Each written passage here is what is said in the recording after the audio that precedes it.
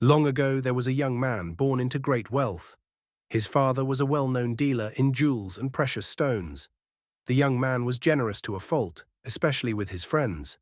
He gave freely and favored them openly, and they returned his generosity with admiration and praise. Then life did what it always does.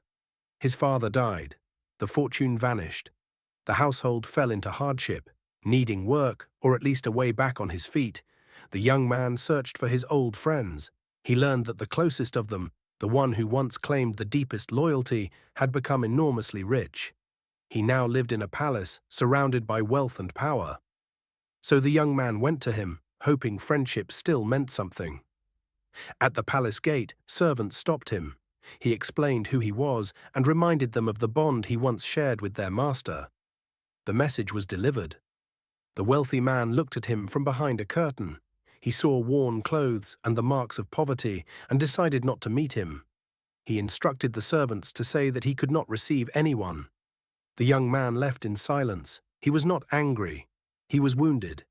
He mourned how friendship dies when it is tested, how values disappear when they become inconvenient, and how conscience can fall silent when comfort is at risk.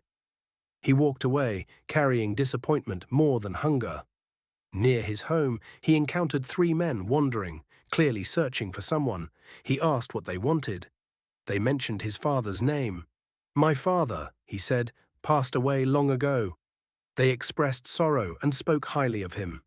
Then they said, "Your father left precious coral with us as a trust."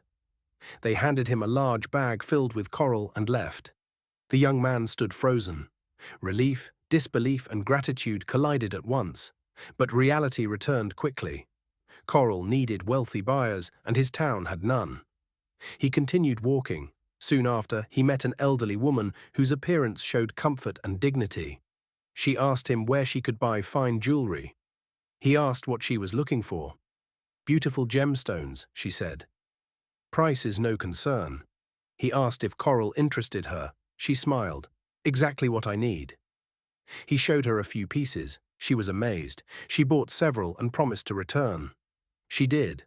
Hardship gave way to ease. His trade revived. His life stabilized. Time passed. Eventually he remembered the friend who had turned him away. He sent him 2 verses. "I kept the company of people without loyalty, known only for deception and clever words. They honored me when I was rich, but when I lost everything, they turned their backs." The former friend replied with 3 verses.